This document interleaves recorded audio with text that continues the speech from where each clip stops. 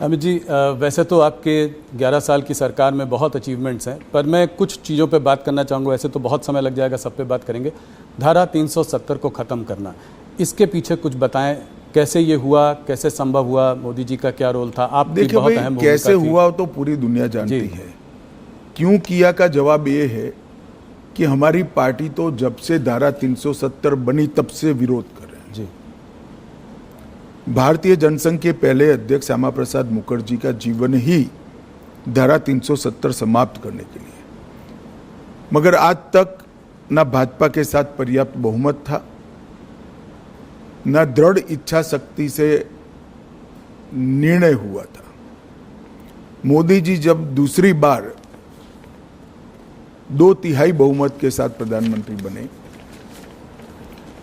तब पहले ही सत्र में धारा 370 को समाप्त कर दिया। और मैं मानता हूं मोदी सरकार के 11 साल में देश को सुरक्षित करने के लिए, आतंकवाद को कंट्रोल करने के लिए और दुनिया भर में कश्मीर हमारा है ये संदेश भेजने के लिए नरेंद्र मोदी जी का ये कदम बहुत महत्वपूर्ण है और कई सदियों तक देश की जनता इसको याद करेगी। और भी तमाम रिफॉर्म्स हुए हैं, मगर थोड़ा सा मैं बात करना चाह रहा था इकोनॉमिक रिफॉर्म्स जो हुए हैं मोदी जी के अंडर। अभी हाल फिलहाल में जीएसटी का रैशनलाइजेशन हुआ है, बहुत बड़ा रिफॉर्म है। इनकम टैक्स को रेट्स को कमी आई है पिछले बजट में, बहुत बड़ा रिफॉर्म है। कॉर्पोरेट रेट टैक्स कट किया। तो इन रिफॉर्म्स के पीछे क्या विजन था, क्या थिंकिंग थी मोदी जी की? देखिए, आप जीएसटी के अभी हुए सुधार के बारे में मैं बाद में बात करूंगा। जीएसटी की चर्चा कांग्रेस की सरकार थी तब से होती थी। श्री चिदम्बरम वित्त मंत्री थे तब भी हुई, श्री प्रणब मुखर्जी वित्त मंत्री थे तब भी हुई। कई बार कांग्रेस से गुमराह कर रही है कि ये तो हमारा आइडिया है। ठीक है भाई, आपका आइडिया है तो इंप्लीमेंट क्यों नहीं हुआ? राज्य विरोध करते थे। राज्य विरोध किस चीज का करते थे? राज्य विरोध जिस चीज का करते थे वो चीज देश की जनता को समझनी चाहिए। सभी को मालूम था कि जीएसटी आने से राज्यों के रिसोर्सेस में एक प्रकार का रिजार्व होगा, कमी आएगी। वो कमी की भरपाई के लिए उस वक्त राज्य केंद्र से गारंटी मांगते थे, जो कांग्रेस ने नहीं दी, राज्यों ने सहमति नहीं दी और जीएसटी के रिफॉर्म नहीं हुए। नरेंद्र मोदी जी प्रधानमंत्री बने, उन्होंने ये गारंटी दे दी। राज्यों की ग्रोथ रेट से लगभग डबल ग्रोथ रेट टैक्स की होगी, इस प्रकार का संवैधानिक वादा किया और पूरा भी किया। सभी राज्यों को इस नवंबर तक पैसा जाएगा जी। तो राज्यों की सहमति इसलिए बनी क्योंकि केंद्र सरकार ने एक वादा किया और वो वादा पूरा भी किया। और जीएसटी के कारण 16 प्रकार के बिक्री से जुड़े सभी करों का, ऑक्ट्रॉय से लेकर बाकी सारी चीजों का, एक्साइज, सेल्स टैक्स, कई छोटे मोटे मनोरंजन कर था, ये सभी का एकीकृत खाका बना। पूरे देश भर की एक इलेक्ट्रॉनिक बिक्री कर प्रणाली बनी, ई-वे बिल बने और जीएसटी के इतने सालों की यात्रा में 200 से ज्यादा छोटे मोटे बदलाव कर कर उसको लोकाभिमुख भी बनाया और टीथिंग प्रॉब्लम समाप्त भी की। ये करते करते करते देश की इनकम भी बढ़ी, 80,000 करोड़ से लेकर 2 लाख करोड़ तक। अब राज्यों का भरोसा बढ़ा, जनता का भरोसा बढ़ा, व्यापारियों का भरोसा बढ़ा। तब चूंकि इनकम बढ़ चुकी है, टैक्स के अंदर 395 से ज्यादा चीजों पर टैक्स कम किया गया। ढेर सारी चीज जो रोजमर्रा के उपयोग की है, इसमें 0% किया या 5% किया। कुछ सेक्टर विशेष को, जिससे देश की निकास को, एक्सपोर्ट को फायदा हो सकता है, उसमें भी एक वैज्ञानिक जीएसटी का दर रखकर निकास को ही प्रोत्साहन दिया। जो रोजगारी से जुड़े हुए क्षेत्र थे, किसानों से जुड़े हुए क्षेत्र थे, लोगों के स्वास्थ्य से जुड़े हुए क्षेत्र थे, वो सभी को टैक्स में कटौती कर दी। और इससे खाने पीने की चीज़ें, रोजमर्रा के जीवन उपयोग की दवाइयाँ, किसानों के उपयोग की चीज़ें, महिलाओं के उपयोग की चीज़ें, हेल्थ सेक्टर से जुड़े हुए इंश्योरेंस, अब व्हीकल एक प्रकार से रिक्वायरमेंट बन चुका है, चाहे 2 व्हीलर हो चाहे 4 व्हीलर हो, वो सभी में टैक्स की कटौती हुई। ढेर सारी चीजों में इस जीएसटी रिफॉर्म से फायदा होने वाला है। मैं मानता हूं ये बहुत बड़ा कदम है और इससे जनता का भरोसा बढ़ा है कि अगर हम टैक्स भरकर सरकार की नेट को बड़ा करते हैं तो सरकार टैक्स की कटौती कर फायदा जनता को ही पहुंचाएगी। और ये भरोसा आज़ादी से अब तक अदृश्य था। पहली बार वो दिखाई पड़ता है कि कोई भी सरकार अपने बढ़े हुए टैक्स को ये कहकर प्रोत्साहित करेगी कि भाई आप टैक्स भर रहे हो तो अब हम टैक्स कम करेंगे, तो ज़्यादा से ज़्यादा लोग टैक्स की नेट में भी आएंगे। मुझे विश्वास है इनकम भी कम नहीं होगी, इन्वेस्टमेंट बढ़ेगा, इन्वेस्टमेंट बढ़ेगा, बाजार में एक प्रकार से तेजी भी आएगी और लोगों को सस्ता भी मिलेगा और यहाँ उत्पादन की गतिविधियाँ भी बढ़ेगी और देश की निकास भी बढ़ेगी। एक तो मल्टी डायमेंशनल,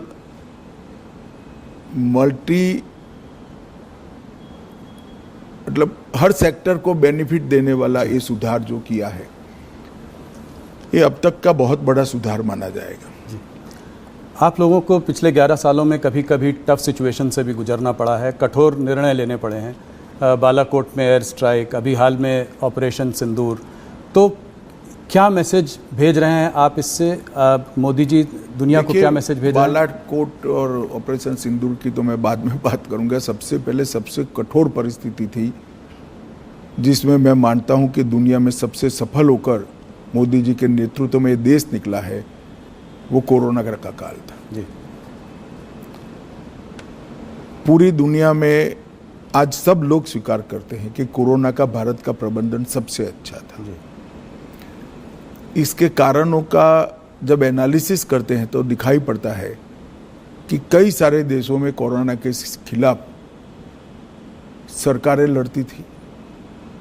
भारत में कोरोना के खिलाफ केंद्र सरकार, राज्य सरकार और जनता तीनों लड़ते थे। और ये मूड बनाने के लिए मोदी जी ने ढेर सारे व्यंग सहे, ढेर सारी अवहेलना सही, ढेर सारे ताने भी सहे। कोई कहता था कि थाली बजाने से कोरोना नहीं जाता, कोई कहता था दिया जलाने से कोरोना नहीं जाता था, कोई कहता था जनता कर्फ्यू कर क्या निकाल लोगे। मगर ये सब चीज़ों ने देश के हर व्यक्ति का कोरोना के खिलाफ लड़ने का एक मॉरल बनाया, सामूहिक लड़ाई का मनोबल बनाया। और फिर सबसे पहले वैक्सीन के लिए टीम गठित करना, इसको समय समय पर प्रोत्साहित करना, दुनिया में सबके साथ ही कमोबेश हमारा वैक्सीन बन गया। और सबसे बड़ी बात टेक्नोलॉजी का उपयोग करके 140 करोड़ लोगों का वैक्सीनेशन करना और इसकी रिसीट पहुंचा देना, ये बहुत बड़ा काम है। और कोरोना के दूसरे हमला जब हुआ तब मुझे मालूम है अचानक ऑक्सीजन की कमी देश में होने लगी। कंजम्पशन से 4 गुना ज़्यादा ऑक्सीजन चाहिए था। दुनिया भर से सिलेंडर, ऑक्सीजन कहाँ से मिल सकता है वहाँ से लाना और लोगों तक पहुँचाना, ये काम अहर्निश हुआ। जनता ने भी देखा, जनता ने भी सराहा, दुनिया भर ने भी सराहा है। इससे ज़्यादा टफ स्थिति हो नहीं सकती। कई सारी पार्टियों की सरकार को एक साथ लेकर, पार्लियामेंट से पंचायत तक पूरे तंत्र को एक साथ लेकर, 140 करोड़ की जनता को एक साथ लेकर ये लड़ाई लड़ना, मैं मानता हूँ बहुत बड़ी सिद्धि है नेतृत्व की। और मोदी जी इसके लिए संपूर्ण यश के अधिकारी हैं। जहाँ तक उरी, पुलवामा और पहलगाम हमले का जवाब देने का सवाल था, सर्जिकल एयर स्ट्राइक और ऑपरेशन सिंदूर और उसके बाद में ऑपरेशन महादेव, ये भारतीय जनता पार्टी का कमिटमेंट है कि हमारी सरकारें टेररिज्म के खिलाफ जीरो टॉलरेंस रखती हैं और मोदी जी के नेतृत्व में ये कोई कोरा नारा नहीं है, पॉलिसी है। और जब जब भी समय आया हम इस पॉलिसी पर कठोरता के साथ काम करते हुए दिखाई पड़े। पहले भी हमले हुए थे, बड़े बड़े हमले हुए हैं, मुंबई पर हमला हुआ, कई सारे हमले हुए, सीरीज ऑफ शहरों में सीरियल बॉम्ब ब्लास्ट हुए हैं, मगर कभी भी जवाब नहीं दिया गया। हमने बड़ा युद्ध कर कर देश के विकास को रोका भी नहीं है, मगर हर बार कठोर जवाब देकर एक संदेश दे दिया है कि भारत की सीमा और भारत की सेना और भारत की जनता के साथ खिलवाड़ नहीं करते, वरना दंड भुगतना पड़ता है। और ऑपरेशन सिंदूर में जिस तरह से उनकी तंजीमों के हेडक्वार्टर उड़ा दिए गए, पाकिस्तान के क्षेत्र में जाकर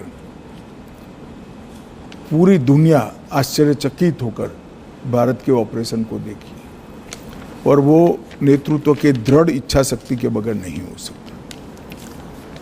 अमित जी, आप हिस्ट्री में बहुत रुचि रखते हैं, तो मेरा एक सवाल है कि इस देश में लॉन्गेस्ट सर्विंग प्राइम मिनिस्टर्स को अगर लिया जाए तो नेहरू जी, इंदिरा जी और मोदी जी का नाम है।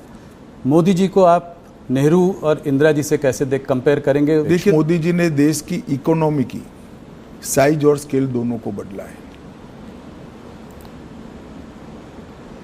गरीबी हटाओ के पॉलिटिकल नारेज को जमीन में तब्दील किया है, जमीन पर तब्दील किया है।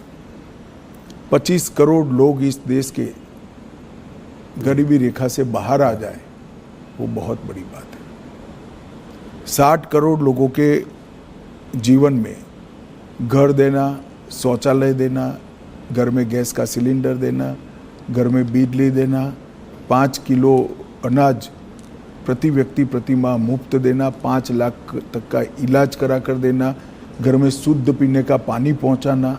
11 साल के अंदर 60 करोड़ लोगों के जीवन स्तर को इस तरह से उठा लेना, इसके जीवन को परिवर्तित करना, जिसकी वो पीढ़ियों से राह देख रहा था, मैं मानता हूँ ये बहुत बड़ा उपलब्धि है। देश की सेनाओं को आधुनिक करना, देश को सुरक्षित बनाना, मेक इन इंडिया का स्वप्न साकार करना और देश के अर्थतंत्र को 11वें नंबर से 4थे नंबर पर पहुंचा देना और 2047 में महान भारत की रचना का संकल्प सिर्फ नेतृत्व का नहीं, 140 करोड़ लोगों का विश्वास जगाना कि 2047 में भारत महान होगा, दुनिया में सर्वोच्च स्थान पर होना, ये अपने आप में बहुत बड़े अचीवमेंट है। मूल्यांकन तो इतिहास ही करेगा, मगर मैं मानता हूँ शायद भारत में किसी भी प्रधानमंत्री ने 1 दशक के काम में इतनी सारी सिद्धियाँ प्राप्त नहीं की है। ढेर सारी चीज़ें मेरी बोलने में छूट भी गई होगी, हर क्षेत्र के अंदर, चाहे शिक्षा नीति बनाना हो, चाहे विदेश नीति के अंदर रीढ़ की हड्डी इम्प्लांट करनी हो, ये सभी चीज़ों में मोदी जी ने बहुत अच्छे तरीके से देश के हर नागरिक का गौरव बढ़ाया है, इसके सर को ऊंचा किया है। किसी लीडर की आपको याद दिलाते हैं वो, कोई बड़े व्यक्तित्व की? ऐसे कंपैरिजन करना ठीक नहीं है, सभी लोग अपने अपने समय में बड़े होते हैं, सभी का अपने काम करने का तरीका होता है, मगर जहाँ तक अचीवमेंट का सवाल है, मोदी जी के समय में सबसे ज़्यादा हुए। अमित जी, आपने मोदी जी पर इतनी सारी बातचीत कही, बहुत बहुत धन्यवाद। आप हमसे आज जुड़े इसके लिए बहुत धन्यवाद। नमस्कार जी।